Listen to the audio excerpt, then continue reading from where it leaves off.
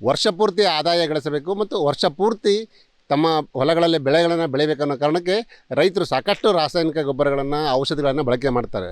ಆದರೆ ಕೊಪ್ಪಳ ಜಿಲ್ಲೆಯ ಕುಕನೂರು ತಾಲೂಕಿನ ತಳಕಲ ಗ್ರಾಮದ ಹನುಮಂತಪ್ಪ ಅನ್ನೋ ರೈತರು ಹೊಲದಲ್ಲಿರುವ ಕಸವನ್ನೇ ರಸ ಮಾಡಿಕೊಂಡು ಸಮಗ್ರ ಮತ್ತು ನೈಸರ್ಗಿಕವಾದಂಥ ಸಾವಯವ ಕೃಷಿ ಪದ್ಧತಿಯನ್ನು ಅಳವಡಿಸ್ಕೊಂಡಿದ್ದಾರೆ.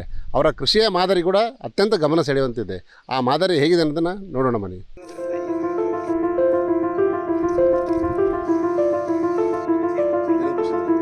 ಕಣ್ಣು ಹಾಯಿಸಿದಷ್ಟು ದೂರ ಕಾಣುವ ಹಸಿರು, ತೋಟದ ಅಂಚಿಗೆ ಎತ್ತರವಾಗಿ ಬೆಳೆದು ನಿಂತಿರುವ ತೆಂಗಿನ ಮರಗಳು, 4 ಎಕರೆ ತೋಟದಲ್ಲಿ ಕೃಷಿ ಮಾಡುತ್ತಾ ಅದರಲ್ಲಿಯೇ ಬದುಕಿನ ಖುಷಿ ಕಾಣುತ್ತಿರುವವರು ಮಾಜಿ ಸರ್ಕಾರಿ ನೌಕರ ಹನುಮಂತಪ್ಪ ವಾಲಿಕಾರ್.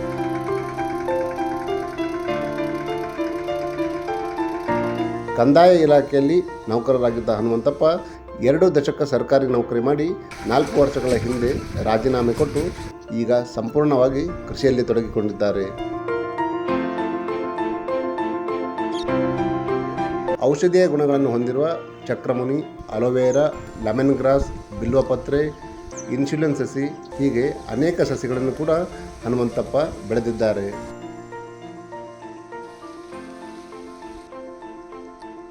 ತೋಟದಲ್ಲಿರುವ ತಪ್ಪಲು, ಸಗಣಿ ಜೀವಾಮೃತ, ಹುಳಿಮಜ್ಜಿಗೆ, ಗೋಮೂತ್ರ ಹೀಗೆ ಪ್ರಾಕೃತಿಕವಾಗಿ ಸಿಗುವ ಗೊಬ್ಬರವನ್ನೇ ಬಂಡವಾಳ ಮಾಡಿಕೊಂಡು ಕಿರು ಮತ್ತು ದೀರ್ಘಾವಧಿಯ ಬೆಳೆ ಬರುವ ಕೃಷಿಯಲ್ಲಿ ಹನುಮಂತಪ್ಪ ತೊಡಗಿಕೊಂಡಿದ್ದಾರೆ.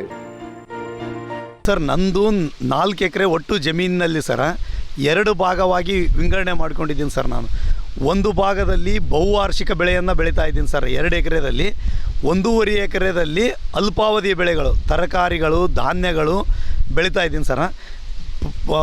ಮೊದಲೇ ಹಂತವಾಗಿ ನಾನು ತರಕಾರಿ ಬಗ್ಗೆ ಮತ್ತು ಅಲ್ಪಾವಧಿ ಬೆಳೆಗಳ ಬಗ್ಗೆ ಹೇಳಬೇಕು ಅಂದರೆ ನಿಮಗೆ ನಾನು ಆವಾಗಲೇ ತೋರಿಸಿದಂತೆ ಸರ, ಅಲ್ಪಾವಧಿ ಬೆಳೆಯಲ್ಲಿ ನನಗೆ ಒಂದು ಹೊಂದಾಣಿಕೆ ಆಗೋ ರೀತಿ ಒಳಗೆ ಬೆಡ್ ಸಿಸ್ಟಮ್ ಮಾಡ್ಕೊಂಡಿದ್ದೀನಿ ಸರ್. ಬೆಡ್ ಸಿಸ್ಟಮ್ ಮಾಡಿಕೊಂಡು ವರ್ಷ ಪೂರ್ತಿ ಕಳೆಗಳ ರೂಪದಲ್ಲಿಯೇ ನಿರಂತರವಾದ ಬೆಳೆ ಇರಬೇಕು ಅಲ್ಲಿ ಆ ಜಾಗದಲ್ಲಿ. ಆ ಒಂದು ಪದ್ಧತಿಯನ್ನು ಅನುಸರಿಸ್ತಾ ಇದ್ದೀನಿ ಸರ. ಒಟ್ಟಾರೆ ವರ್ಷ ಪೂರ್ತಿ ಏಕದಳ, ದ್ವಿದಳ, ಧಾನ್ಯ, ತರಕಾರಿ ಸಂಪೂರ್ಣ ಮಿಕ್ಸ್ ಆಗಿ ನಿರಂತರವಾಗಿ ಬೆಳೆ ಇರಬೇಕು. ಒಂದು ಬೆಳೆ ತೆಗಿತೀನಿ ಅನ್ನೋದ್ರೊಳಗಾಗಿ ಇನ್ನೊಂದು ಬೆಳೆಯನ್ನು ಹಾಕ್ತಾ ಇರಬೇಕು. ಆ ಥರ ಅಲ್ಪಾವಧಿ ಬೆಳೆಗಳನ್ನು ಬೆಳ್ಕೊಳ್ತಾ ಇದ್ದೀನಿ ಸರ್ 1.5 ಎಕರೆಯಲ್ಲಿ. ಇನ್ನು 2 ಎಕರೆಯಲ್ಲಿ ದೀರ್ಘಾವಧಿ ಬೆಳೆ ಸುಮಾರು 250 ಲಿಂಬೆ ಇದೆ ಸರ್, 100 ನುಗ್ಗೆ ಇದೆ, 110 ತೆಂಗು ಇದೆ, 100-120 ಕರಿಬೇವಿದೆ, 20-25 ಸಪೋಟ ಇದೆ, ಆನಂತರ 15 ಜಂಬೂ ನೇರಳೆ ಇದೆ. ಇವು ಸುಮಾರು 14 ವರ್ಷದ ಬೆಳೆಗಳು ಸರ್.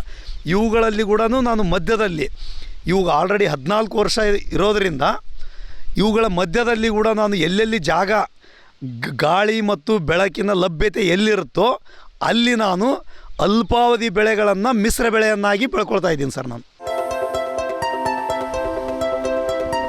ನೈಸರ್ಗಿಕ ಕೃಷಿಗೆ ಜಗತ್ತಿನಾದ್ಯಂತ ಹೆಸರು ಮಾಡಿರುವ ಜಪಾನಿನ ಮುಸಿನೋಬು ಫುಕುವೋಕಾ ಅವರಿಂದ ಪ್ರೇರಿತರಾಗಿ ಸಂಪೂರ್ಣ ಕೃಷಿಕರಾದ ಹನುಮಂತಪ್ಪ ಜಗತ್ತಿನಲ್ಲಿ ಸಹಜ ಕೃಷಿಗಾಗಿ ದುಡಿದ ಮಣ್ಣಿನ ಮೌಲ್ಯವನ್ನು ಹೇಳಿಕೊಟ್ಟ ಸಾಧಕ ರೈತರ ಪುಸ್ತಕಗಳನ್ನು ತಮ್ಮ ಹೊಲದಲ್ಲಿ ಇರಿಸಿದ್ದಾರೆ.